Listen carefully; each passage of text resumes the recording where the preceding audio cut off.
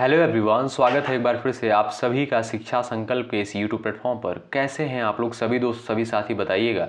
और आज की इस क्लास की दोस्तों हम लोग शुरुआत करते हैं। साथियों, आप सभी को पता है डेली दोपहर 3 बजे हम लोग सामान्य ज्ञान की स्पेशल क्लास करते हैं, जो कि बीएड एंट्रेंस एग्जाम के लिए महत्वपूर्ण है। आप किसी भी स्टेट से हैं, उस स्टेट की यदि बीएड प्रवेश परीक्षा की तैयारी कर रहे हैं, सबके लिए ये क्लासेस रामबाण सिद्ध होने वाली हैं। साथियों, हमने आपको जो है पिछली 24 क्लासेस प्रोवाइड कर चुकी हैं। आज ये जो है 25वीं क्लास है। अगर आपने पिछली 24 क्लासेस को अटेंड नहीं किया है, ज़रूर अटेंड करें। हमने आपसे कहा था कि यदि आप लोग इन सारी क्लासेस को अटेंड कर रहे हैं तो आपको कोई भी समस्या नहीं होगी जीके जीएस खंड में। आइए शुरुआत करते हैं बिना किसी देरी के, और प्रयास करिएगा हर एक प्रश्न का आप लोग आंसर देते हुए चलिएगा। हर एक प्रश्न के लिए आपके पास 5 सेकंड का समय होगा। चलिए भाई, शुरुआत कर लेते हैं बिना किसी देरी के। विश्व पृथ्वी दिवस प्रत्येक वर्ष किस तिथि को मनाया जाता है? स्टार लगा लीजिए, वेरी इंपॉर्टेंट क्वेश्चन है। विश्व पृथ्वी दिवस प्रत्येक वर्ष किस तिथि को मनाया जाता है? दोस्तों ध्यान रखिएगा, 22 अप्रैल को जो है हर साल विश्व पृथ्वी दिवस के रूप में मनाते हैं, और 22 मार्च को जो है हर साल विश्व जल दिवस के रूप में मनाया जाता है। 21 जून को जो है अंतर्राष्ट्रीय योग दिवस के रूप में हर साल मनाया जाता है। तो इन तीनों प्रश्नों को ध्यान रखिएगा, वेरी इंपॉर्टेंट है परीक्षा के दृष्टिकोण से। आगे बढ़ते हैं और अगला प्रश्न देखिएगा। भाई सभी लोग एक बार सेशन को शेयर कर देंगे और लाइक कर देंगे, जिससे सभी स्टूडेंट के पास ये महत्वपूर्ण क्लास पहुंच सके। अगला प्रश्न है, निम्नलिखित में से भारत का सबसे प्राचीनतम पर्वत कौन सा है? हिमालय, अरावली, विंध्याचल, नीलगिरी। जवाब देने का प्रयास करें आप लोग। निम्नलिखित में से भारत का सबसे प्राचीनतम पर्वत कौन सा है? दोस्तों ध्यान रखिएगा, अरावली पर्वत जो है भारत का सबसे प्राचीनतम पर्वत है। ऑप्शन आपका सेकंड बिल्कुल करेक्ट होगा। आगे बढ़ते हैं। अगला प्रश्न देखिएगा, ओणम किस प्रदेश का प्रसिद्ध त्योहार है? कर्नाटक, असम, केरल, तमिलनाडु। ये भी महत्वपूर्ण प्रश्न है, परीक्षा के दृष्टिकोण से पूछा जा चुका है। ओणम किस प्रदेश का प्रसिद्ध त्योहार है? दोस्तों ध्यान रखिएगा, केरल राज्य का जो है ओणम प्रसिद्ध त्योहार है। ऑप्शन आपका थर्ड यहां पर बिल्कुल करेक्ट हो जाएगा। चलिए आगे बढ़ते हैं और नेक्स्ट क्वेश्चन देखेंगे। क्वेश्चन नंबर 4, भारतीय संविधान में राज्य के नीति निर्देशक तत्व कहां से ग्रहण किए गए हैं? वेरी इंपॉर्टेंट क्वेश्चन है। राज्य के नीति निर्देशक सिद्धांत जो है किस देश के संविधान से लिया गया है? ब्रिटेन के संविधान से, आयरलैंड के संविधान से, फ्रांस के संविधान से, इनमें से कोई नहीं। जवाब दे सकते हैं। अच्छा दोस्तों, यदि आपसे पूछे कि संसदीय शासन प्रणाली किस देश के संविधान से ली गई है, तब आप कहेंगे ब्रिटेन के संविधान से। ये भी महत्वपूर्ण पॉइंट है। अच्छा, भारतीय संविधान में राज्य के नीति निर्देशक तत्व जो है कहाँ से लिए गए हैं? ये जो है आयरलैंड के संविधान से लिए गए हैं। ऑप्शन आपका बी बिल्कुल करेक्ट हो जाएगा। भाई देखिएगा, पूरे धैर्य के साथ यदि आप लोग इस क्लास में बने रहेंगे, आपको बहुत कुछ जानने को यहाँ से मिलेगा, और बहुत ही महत्वपूर्ण क्वेश्चन है। आप लोग प्रीवियस ईयर क्वेश्चन पेपर यदि उठाकर देखेंगे। मानव शरीर में रक्त को शुद्ध किसके द्वारा किया जाता है? फेफड़े के द्वारा, यकृत के द्वारा, हृदय के द्वारा, वृक्क के द्वारा। जवाब दे सकते हैं आप लोग। मानव शरीर में रक्त को किसके द्वारा जो है शुद्ध किया जाता है? वृक्क के द्वारा, यानी किडनी के द्वारा दोस्तों शुद्ध किया जाता है मानव शरीर में रक्त को। ऑप्शन आपका डी बिल्कुल करेक्ट होगा। अगला प्रश्न देखिएगा, पौधों में भोजन का परिवहन किसके द्वारा होता है? जाइलम, फ्लोएम, क्लोरोप्लास्ट, कोशिका भित्ति। बता सकते हैं आप लोग करेक्ट आंसर क्या होगा? पौधों में भोजन का परिवहन किसके द्वारा होता है? चलिएगा आंसर दे सकते हैं आप लोग। दोस्तों ध्यान रखिएगा, पौधों में भोजन का परिवहन जो है फ्लोएम नामक जो है एक संवहनी ऊतक होता है, उसी के द्वारा होता है। ऑप्शन नंबर आपका बी बिल्कुल करेक्ट हो जाएगा। आगे बढ़ते हैं। अशोक का प्रसिद्ध शिलालेख किस लिपि में लिखा गया है? ब्राह्मी लिपि, देवनागरी लिपि, खरोष्टी लिपि, पाली। बता सकते हैं आप लोग। राइट आंसर क्या हो जाएगा? चलिएगा, अशोक का प्रसिद्ध शिलालेख किस लिपि में लिखा गया है? चलिए भाई, राइट आंसर हो जाएगा आपका ब्राह्मी लिपि में। ऑप्शन आपका पहला बिल्कुल करेक्ट हो जाएगा भाई। ठीक है, आगे बढ़ते हैं। अगला प्रश्न देखिए, भारत छोड़ो आंदोलन जो है कब प्रारंभ हुआ? 1920, 1930, 1942, 1947 में। जवाब दें। भारत छोड़ो आंदोलन कब प्रारंभ हुआ? वेरी इंपॉर्टेंट क्वेश्चन है परीक्षा के दृष्टिकोण से। दोस्तों ध्यान रखिएगा, 8 अगस्त 1942 को जो है भारत छोड़ो आंदोलन जो है शुरू हुआ। कब? 8 अगस्त 1942 को। ठीक है भाई, आगे बढ़ते हैं और अगला प्रश्न देखिएगा, क्वेश्चन नंबर 9। भारत में संसदीय शासन प्रणाली किस देश से ली गई है? अमेरिका, ब्रिटेन, फ्रांस और जर्मनी। 4 विकल्प आपके सामने दिए गए हैं। भारत में संसदीय शासन प्रणाली किस देश के संविधान से ग्रहण की गई है या ली गई है? तो वो है आपका ब्रिटेन के संविधान से। ऑप्शन बी बिल्कुल करेक्ट हो जाएगा। हमने अभी थोड़ी देर पहले आपको बताया था। भारतीय रिजर्व बैंक की स्थापना कब की गई? 1935 में, 47 में, 50 में, 60 में। चलिएगा, भारतीय रिजर्व बैंक की स्थापना कब करी गई? आंसर देने का आप लोग प्रयास कर सकते हैं। दोस्तों ध्यान रखिएगा, 1 अप्रैल 1935 को। कब? 1 अप्रैल 1935 को जो है आरबीआई की स्थापना करी जाती है। ऑप्शन आपका पहला बिल्कुल करेक्ट हो जाएगा। आगे बढ़ते हैं, अगला प्रश्न देखिएगा, औद्योगिक क्रांति का प्रारंभ जो है किस देश से हुआ है? बताएंगे। औद्योगिक क्रांति का प्रारंभ जो है किस देश से हुआ है? फ्रांस से, जर्मनी से, ब्रिटेन से, अमेरिका से। जवाब दे सकते हैं। महत्वपूर्ण प्रश्न है और यह प्रश्न जो है यूपी बीएड में आया है। औद्योगिक क्रांति का प्रारंभ जो है किस देश से हुआ है? ध्यान रखिएगा, ब्रिटेन से। ऑप्शन नंबर आपका यहां पर थर्ड बिल्कुल राइट हो जाएगा। औद्योगिक क्रांति का प्रारंभ दोस्तों ब्रिटेन से होता है। ऑप्शन नंबर आपका यहां पर थर्ड बिल्कुल करेक्ट होगा। आगे बढ़ते हैं, अगला प्रश्न देखिएगा, क्वेश्चन नंबर नेक्स्ट कहता है, चंद्रगुप्त मौर्य को सिंहासन पर बैठाने और मौर्य साम्राज्य की स्थापना में किसका प्रमुख योगदान था? विष्णुगुप्त या चाणक्य का, बिंदुसार का, मेगस्थनीज का, अशोक का? जवाब दे सकते हैं आप लोग। चलिएगा, चंद्रगुप्त मौर्य को सिंहासन पर बैठाने और मौर्य साम्राज्य की स्थापना में किसका प्रमुख योगदान था? विष्णुगुप्त का। ऑप्शन नंबर आपका पहला बिल्कुल राइट हो जाएगा। अच्छा, विष्णुगुप्त को ही चाणक्य कहा जाता है। ठीक है भाई, और इनकी एक बहुत ही फेमस पुस्तक है अर्थशास्त्र। ठीक है, परीक्षा में प्रश्न पूछा जाता है। कौटिल्य कह सकते हैं, चाणक्य कह सकते हैं, विष्णुगुप्त कह सकते हैं, तीनों नाम से इन्हें जाना जाता है। ठीक है भाई, आगे बढ़ते हैं, अगला प्रश्न है, इंकलाब जिंदाबाद का नारा जो है किसके द्वारा दिया गया? जवाब दें आप लोग भाई। चलिएगा, महात्मा गांधी, भगत सिंह, सुभाष चंद्र बोस, जवाहरलाल नेहरू। इंकलाब जिंदाबाद का नारा किसके द्वारा दिया गया? चलिएगा,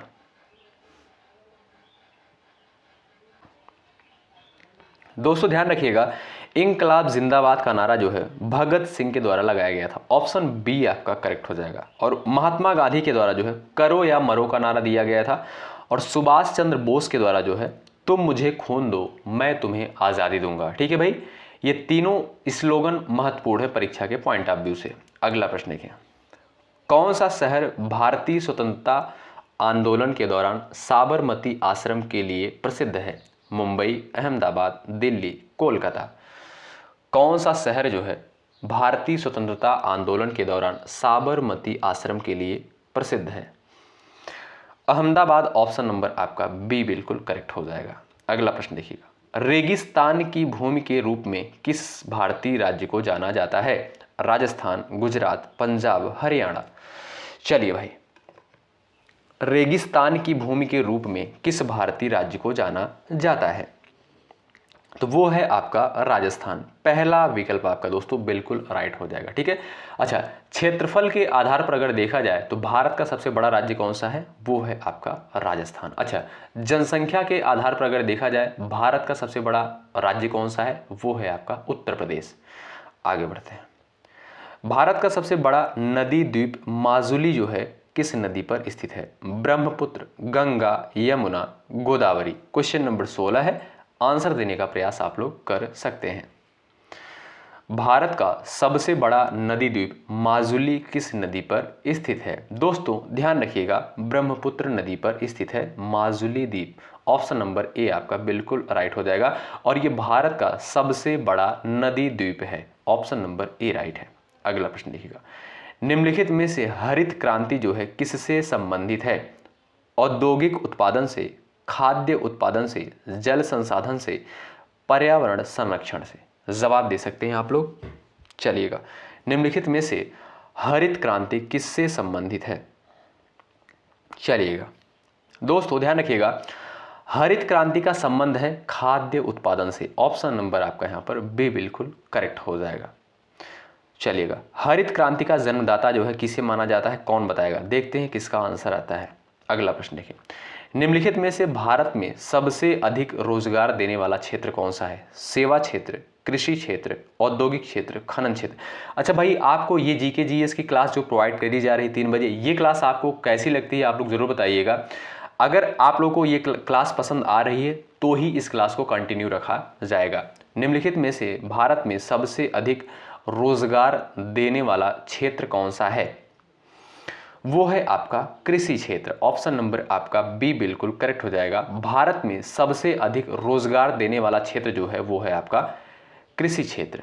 अगला प्रश्न देखिएगा, क्वेश्चन नंबर अगला कहता है, निम्नलिखित में से मानव शरीर में लाल रक्त कोशिकाओं का निर्माण कहां पर होता है? यकृत में, अस्थिमज्जा में, हृदय में, वृक्क में? जवाब दे सकते हैं आप लोग। चलिएगा भाई, मानव शरीर में लाल रक्त कोशिकाओं का निर्माण कहां पर होता है? चलिए भाई, तो दोस्तों ध्यान रखिएगा, अस्थिमज्जा में। ऑप्शन नंबर आपका बी बिल्कुल राइट हो जाएगा। ठीक है भाई, लाल रक्त कोशिकाओं का निर्माण जो है अस्थिमज्जा में होता है। ऑप्शन सेकंड राइट है। अगला प्रश्न देखिएगा, भारत में नालंदा विश्वविद्यालय की स्थापना किसके द्वारा की गई थी? अशोक के द्वारा, चंद्रगुप्त मौर्य के द्वारा, कुमार गुप्त के द्वारा, हर्षवर्धन के द्वारा? भारत में नालंदा विश्वविद्यालय की स्थापना किसके द्वारा की गई थी? वेरी इंपॉर्टेंट क्वेश्चन है, बता सकते हैं आप लोग, जवाब दे सकते हैं भाई फटाफट। भाई सेशन को एक बार सभी स्टूडेंट लाइक कर दें और शेयर कर दें जो भी साथी जुड़ चुके हैं क्लास में, और टेलीग्राम चैनल से भाई आप लोग जुड़ जाइएगा, डिस्क्रिप्शन बॉक्स में लिंक दिया गया है। भारत में नालंदा विश्वविद्यालय की स्थापना दोस्तों कुमार गुप्त के द्वारा करी गई थी। ऑप्शन आपका यहां पर थर्ड बिल्कुल राइट है। अगला प्रश्न देखिएगा, निम्नलिखित में से भारत के संविधान का मसौदा किसके द्वारा तैयार किया गया था? भारतीय संविधान में जो है इसका मसौदा जो है किसके द्वारा तैयार किया गया था? आंसर दे सकते हैं आप लोग। आप सभी को पता होगा दोस्तों, संविधान का मसौदा जो है डॉक्टर BR अंबेडकर के द्वारा तैयार किया गया था। ठीक है, ऑप्शन नंबर आपका बी बिल्कुल करेक्ट हो जाएगा। ठीक है भाई, और दोस्तों ध्यान रखिएगा, संविधान से संबंधित कुछ महत्वपूर्ण पॉइंट है, मैं आपको जो है हर क्लास में लगभग रिवाइज करवाता हूं, क्योंकि महत्वपूर्ण परीक्षा में जो है प्रश्न पूछा जाता है। जैसे मूल संविधान में कुल कितनी अनुसूचियां थी? तब आप कहेंगे 8 अनुसूचियां थी। वर्तमान में कितनी अनुसूचियां हैं? तब आप कहेंगे 12 अनुसूचियां हैं। ठीक है भाई, और भाग अगर आपसे पूछा जाए कि मूल संविधान में कुल कितने भाग थे? तब आप कहेंगे 22 भाग थे। वर्तमान में कुल कितने भाग हैं? तब आप कहेंगे 25 भाग हैं। ठीक है भाई, और अगर आपसे पूछा जाए कि मूल संविधान में कुल कितने अनुच्छेद थे? तब आप कहेंगे 395 अनुच्छेद। वर्तमान समय में कुल कितने अनुच्छेद हैं? तब आप कहेंगे 448 अनुच्छेद हैं। ठीक है, सभी संशोधनों को मिलाकर ये सारे महत्वपूर्ण पॉइंट हैं परीक्षा के दृष्टिकोण से, तो आप लोग ध्यान रखिएगा। आगे बढ़ते हैं, भारत का, एक सेकंड, अगला क्वेश्चन दोस्तों कहता है, भारत का पहला आम चुनाव किस वर्ष हुआ था? चलिएगा भाई, 1948 में, 49 में, 51 में और 56 में? दोस्तों भारत का पहला आम चुनाव जो है 1951 में होता है। ऑप्शन नंबर आपका यहां पर थर्ड राइट है। अगला प्रश्न देखिए, भारतीय स्वतंत्रता संग्राम में सविनय अवज्ञा आंदोलन कब शुरू हुआ? 1919, 20, 1930, 1942 में? चलिएगा, भारतीय स्वतंत्रता संग्राम में सविनय अवज्ञा आंदोलन जो है कब शुरू हुआ? तो ये आंदोलन दोस्तों 1930 में शुरू होता है। कौन सा आंदोलन? सविनय अवज्ञा आंदोलन जो है 1930 में शुरू होता है। अगला प्रश्न देखिएगा, किस नदी को दक्षिण गंगा के नाम से जाना जाता है? जवाब दे सकते हैं, महत्वपूर्ण प्रश्न है। गोदावरी, कृष्णा, कावेरी, महानदी। चलिएगा। अच्छा दोस्तों, भारत की सबसे लंबी नदी कौन सी है? वो है आपकी गंगा। ठीक है। और यहां पर प्रश्न आपसे करता है दक्षिण गंगा के नाम से किस नदी को जानते हैं? गोदावरी नदी को जो है दक्षिण की गंगा कहा जाता है। और दक्षिण भारत की जो सबसे लंबी नदी है वो है आपकी गोदावरी, और भारत की जो सबसे लंबी नदी है वो है आपकी गंगा। अगला प्रश्न है, भारत के संविधान में नागरिकों के मौलिक अधिकार किस अनुच्छेद में वर्णित है? जवाब दे सकते हैं आप लोग। चलिएगा। भारत के संविधान में नागरिकों के मौलिक अधिकार जो है किस अनुच्छेद में वर्णित है? महत्वपूर्ण पॉइंट है। दोस्तों ध्यान रखिएगा, वर्तमान समय में मौलिक अधिकारों की संख्या कितनी है? 6 है। अगर आपसे पूछा जाए कि मूल संविधान में कुल कितने मौलिक अधिकार थे, तब आप कहेंगे 7 मौलिक अधिकार थे, लेकिन वर्तमान समय में 6 मौलिक अधिकार हैं। और मौलिक कर्तव्य यदि आपसे पूछा जाए कि कितने हैं, तब आप कहेंगे 11 मौलिक कर्तव्य हैं। ठीक है भाई। और यहां पर प्रश्न आपसे करता है कि मौलिक अधिकार जो है किन अनुच्छेदों के मध्य निहित हैं? ध्यान रखिएगा, 12 से 35 में, अनुच्छेद 12 से 35 में और भाग 3 में, क्या भाग 3 में जो है वर्णित हैं मौलिक अधिकार 12 से 35 अनुच्छेद में। ऑप्शन नंबर आपका 3 राइट है। अगला प्रश्न देखिए, निम्नलिखित में से राज्यपाल की नियुक्ति किसके द्वारा की जाती है? प्रधानमंत्री, राष्ट्रपति, मुख्यमंत्री, सुप्रीम कोर्ट। चलिएगा भाई, निम्नलिखित में से राज्यपाल की नियुक्ति किसके द्वारा की जाती है? दोस्तों, राज्यपाल की नियुक्ति जो है राष्ट्रपति के द्वारा की जाती है। ऑप्शन आपका बी बिल्कुल करेक्ट है। अगला प्रश्न है, भारतीय संसद के संयुक्त सत्र की अध्यक्षता किसके द्वारा की जाती है? राष्ट्रपति, लोकसभा स्पीकर, राज्यसभा स्पीकर, उपराष्ट्रपति के द्वारा। भारतीय संसद के संयुक्त सत्र की अध्यक्षता किसके द्वारा की जाती है? ध्यान रखिएगा, लोकसभा अध्यक्ष के द्वारा। ऑप्शन नंबर बी करेक्ट है। भारतीय संसद के संयुक्त सत्र की अध्यक्षता लोकसभा के अध्यक्ष के द्वारा करी जाती है। आगे बढ़ते हैं। अगला प्रश्न कहता है, रुपया शब्द पहली बार प्रयोग जो है किसके द्वारा किया गया? यानी रुपया शब्द जो है सबसे पहले किसके द्वारा जो है प्रयोग किया गया था? शेर शाह सूरी, अकबर के द्वारा, बाबर के द्वारा, हुमायूं के द्वारा। दोस्तों, रुपया शब्द का प्रयोग सबसे पहले शेर शाह सूरी के द्वारा किया गया था। अच्छा, अंत में आप लोग बताइएगा कि आपने कितने प्रश्नों को सही किया है। 1857 के विद्रोह के समय भारत का गवर्नर जनरल कौन था? कौन बताएगा? चलिएगा, 1857 के विद्रोह के समय भारत का गवर्नर जनरल कौन था? Lord Dalhousie, Lord Canning, Lord William Bentinck, Lord Ripon. दोस्तों, 1857 के विद्रोह के समय जो गवर्नर था वो कौन था भाई? Lord Canning. ऑप्शन नंबर आपका बी बिल्कुल यहाँ पर राइट है। अगला प्रश्न है, पेनिसिलिन की खोज जो है किसके द्वारा करी गई थी? बताएं। चलिए, पेनिसिलिन की खोज जो है किसके द्वारा करी गई थी? Alexander Fleming, Louis Pasteur, Robert Koch, J Thomson. दोस्तों, पेनिसिलिन की खोज जो है सबसे पहले जो है अलेक्जेंडर फ्लेमिंग के द्वारा करी गई थी। पहला ऑप्शन आपका राइट है। अगला प्रश्न देखिए, ऊर्जा का मात्रक क्या होता है? वोल्ट, जूल, वाट, एम्पियर। बताएं, ऊर्जा का मात्रक जो है क्या होता है? दोस्तों, ऊर्जा का मात्रक होता है आपका जूल। ऑप्शन नंबर बी बिल्कुल राइट हो जाएगा। अगला प्रश्न देखिएगा, क्वेश्चन नंबर नेक्स्ट कहता है, ज्वार और भाटा का मुख्य कारण क्या है? जो समुद्र में उत्पन्न होते हैं, आप सभी को पता होगा, सूर्य का आकर्षण, चंद्रमा का गुरुत्वाकर्षण, पृथ्वी का घूर्णन। चलिएगा, और ये जो है गलत ऑप्शन इसमें तो आ गया है। बताएं, ज्वार और भाटा का मुख्य कारण क्या होता है? तो चंद्रमा का गुरुत्वाकर्षण। ऑप्शन नंबर आपका बी बिल्कुल राइट हो जाएगा। आगे बढ़ते हैं, भारत में राज्यपाल का कार्यकाल कितने वर्षों का होता है? बताएं, भारत में राज्यपाल का कार्यकाल जो है कितने वर्ष का होता है? 4 वर्ष, 5 वर्ष, 6 वर्ष, 7 वर्ष।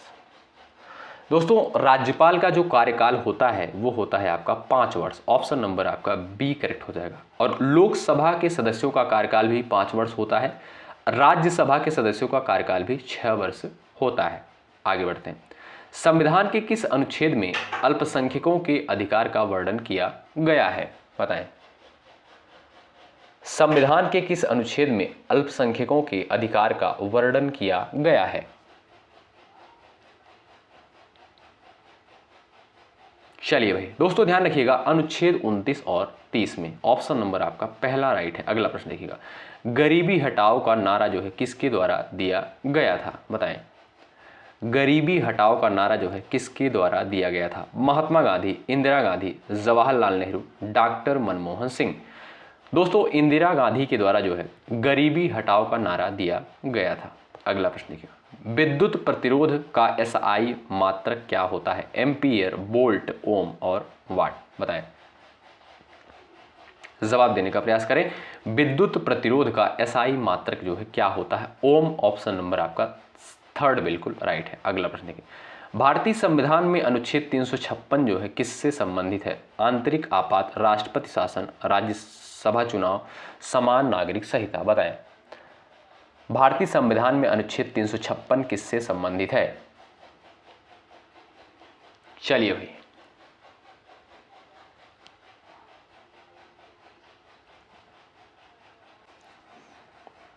दोस्तों अनुच्छेद 356 जो है राष्ट्रपति शासन से संबंधित होता है, ऑप्शन आपका बी राइट है। अगला प्रश्न, जलवायु परिवर्तन का मुख्य कारण क्या है?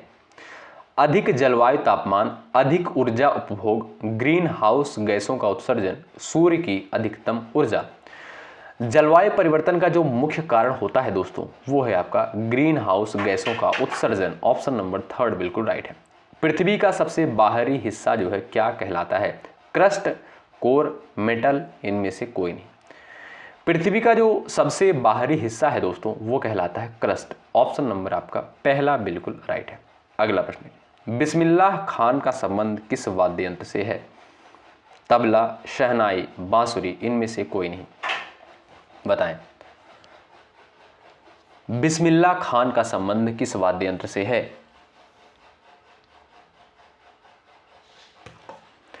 तबला, शहनाई, बांसुरी। दोस्तों ध्यान रखिएगा, बिस्मिल्लाह खान का संबंध जो है शहनाई से है, ऑप्शन नंबर ए बी बिल्कुल राइट हो जाएगा। और तबला वादक कौन थे भाई? जाकिर हुसैन। बांसुरी, हरिप्रसाद चौरसिया। वेरी इंपॉर्टेंट है, ध्यान रखें। अगला प्रश्न है, आनंद मठ के लेखक कौन है? रविन्द्रनाथ टैगोर, सरोजनी नायडू, बंकिम चंद्र चटर्जी, इनमें से कोई नहीं। आनंद मठ के लेखक कौन है? दोस्तों आनंद मठ के लेखक बंकिम चंद्र चटर्जी, ऑप्शन नंबर आपका थर्ड यहां पर करेक्ट है। अगला प्रश्न है, लाइफ डिवाइन पुस्तक के लेखक कौन है, बताएं। लाइफ डिवाइन पुस्तक के लेखक महात्मा गांधी, अरविंद घोष, राधा कृष्णन, इनमें से कोई नहीं। चलिएगा, लाइफ डिवाइन पुस्तक के राइटर कौन है, लेखक कौन है? दोस्तों ध्यान रखिएगा, लाइफ डिवाइन पुस्तक के लेखक जो हैं उनका नाम क्या है? अरविंद घोष, ऑप्शन नंबर आपका बी बिल्कुल करेक्ट है। अगला प्रश्न देखिए, 27 दिसंबर 1911 में पहली बार जन गण मन कहां पर गाया गया, बताएं। 27 दिसंबर 1911 में पहली बार जन गण मन कहां पर गाया गया? मुंबई में, लखनऊ में, कोलकाता में, साबरमती में। दोस्तों 27 दिसंबर 1911 को पहली बार जन गण मन जो है कोलकाता में गाया गया था, ऑप्शन थर्ड बिल्कुल करेक्ट है। अगला प्रश्न देखें, निम्नलिखित में से सबसे प्राचीन वाद्य यंत्र कौन सा है? जवाब दे सकते हैं आप लोग, बताइएगा, इस प्रश्न का आंसर करिएगा। निम्नलिखित में से सबसे प्राचीन वाद्य यंत्र जो है कौन सा है? सितार, तबला, सरोद और वीणा। जो सबसे प्राचीन वाद्य यंत्र है वो है आपका वीणा, ऑप्शन 4 करेक्ट है। महत्वपूर्ण परीक्षा में पूछा जाता है। कुचिपुड़ी जो है किस राज्य का नृत्य शैली है? केरल, आंध्र प्रदेश, तमिलनाडु, कर्नाटक। 4 विकल्प आपके सामने दिए गए हैं, प्रयास कर सकते हैं आंसर देने के लिए। कुचिपुड़ी जो है किस राज्य का नृत्य शैली है? दोस्तों ध्यान रखिएगा, आंध्र प्रदेश राज्य का, ऑप्शन नंबर बी करेक्ट हो जाएगा। वेरी इंपॉर्टेंट है परीक्षा के दृष्टिकोण से, और हमने कई क्लास में इसको डिस्कस भी किया है। कुचिपुड़ी कहाँ का है भाई? आंध्र प्रदेश का। अच्छा भाई, सेशन को आप सभी लोग एक बार लाइक कर दें और शेयर कर दें, ठीक है। कथकली नृत्य रूप जो है किस राज्य से संबंधित है? कथकली केरल, मणिपुरी, तमिलनाडु, आंध्र प्रदेश। 4 ऑप्शंस दिए गए हैं आपके सामने, प्रयास कर सकते हैं। कथकली नृत्य रूप जो है किस राज्य से संबंधित होता है? ये आपका है केरल राज्य से संबंधित है। पहला ऑप्शन आपका बिल्कुल राइट होगा। तो दोस्तों यहां पर लगभग हमने 40 प्लस प्रश्नों को कवर करने का प्रयास किया है, जो कि बीएड एंट्रेंस एग्जाम के लिए महत्वपूर्ण है। साथियों, यदि आप बीएड एंट्रेंस एग्जाम की तैयारी में मेहनत के साथ लग गए हैं, बिल्कुल आप चाह रहे हैं कि हमें गवर्नमेंट सीट अब की बार मिल जाए, तो मेरी तरफ से पूरी मेहनत की जा रही है। मैं आपको जितनी भी क्लासेस प्रोवाइड कर रहा हूं, सारी क्लासेस महत्वपूर्ण हैं। अच्छा, आपको ये कैसे पता चलेगा कि ये सारी क्लासेस महत्वपूर्ण हैं? आप लोग सिलेबस उठाकर देखिए और उसके बाद प्रीवियस ईयर क्वेश्चन पेपर, यानी पिछले वर्षों में जो प्रश्न पूछे जा चुके हैं बीएड एंट्रेंस एग्जाम में, आप उसको उठाकर देखिए, तब आपको चीज़ें समझ में आएंगी कितनी महत्वपूर्ण क्लास होती है। यहाँ पर जो भी कंटेंट आपको दिया जा रहा है, सारे कंटेंट जो है महत्वपूर्ण होते हैं। सिलेबस को देखकर, उसके बाद पीवाईक्यू को देखकर ही यहाँ पर क्वेश्चन तैयार किए जाते हैं आपके लिए, ठीक है। अच्छा, क्लास की जो टाइमिंग होती है 11:30 बजे करंट अफेयर स्पेशल होता है, आप लोग इसको जरूर कर लीजिएगा। इस क्लास को 10 से 12 मिनट की क्लास होती है। उसके बाद दोस्तों 3 बजे सामान्य ज्ञान स्पेशल होता है। इसमें जो है हम लोग लगभग पूरे 50 प्रश्नों को, यानी 40 प्लस प्रश्नों को कवर करने का प्रयास करते हैं। जैसे आज हमने यहाँ पर 46 प्रश्नों को कवर किया है। और उसके बाद दोस्तों रात को 8:30 बजे सामान्य हिंदी स्पेशल क्लास होती है। इसमें बहुत सारे स्टूडेंट पार्टिसिपेट करते हैं, लेकिन पिछले 2 दिन से क्लासेस नहीं हो पा रही कुछ कारणवश, और यहाँ पर जो है आप लोग जो है 8:30 बजे जुड़ सकते हैं रात को सामान्य हिंदी की स्पेशल क्लास में, ठीक है भाई। तो बहुत बहुत शुक्रिया अंत तक बने रहने के लिए। यदि आप चैनल पर नए हैं, बिल्कुल फ्री में कंटेंट चाह रहे हैं, तो शिक्षा संकल्प के इस ऑनलाइन यूट्यूब प्लेटफॉर्म से आप लोग जरूर जुड़ें। निश्चित रूप से यहाँ से आपको हेल्प मिलेगी, और जब तक आपका एग्ज़ाम नहीं हो जाता है तब तक मैं आप सभी के लिए प्रयास करता रहूँगा, मेहनत करता रहूँगा, और ऐसे ही आपको कंटेंट देता रहूँगा। आपका कर्तव्य बस इतना है कि एक लाइक ज़रूर करें, और चैनल पर यदि आप नए हैं सब्सक्राइब करके बेल आइकन को प्रेस कर लीजिएगा। जो भी साथी टेलीग्राम चैनल से नहीं जुड़े हैं वे लोग जुड़ जाएंगे, डिस्क्रिप्शन बॉक्स में लिंक दिया गया है। बहुत सारे स्टूडेंट जुड़े हैं, आप भी जुड़ जाइएगा, ठीक है। तो बहुत बहुत धन्यवाद अंत तक बने रहने के लिए। जय हिंद, जय भारत।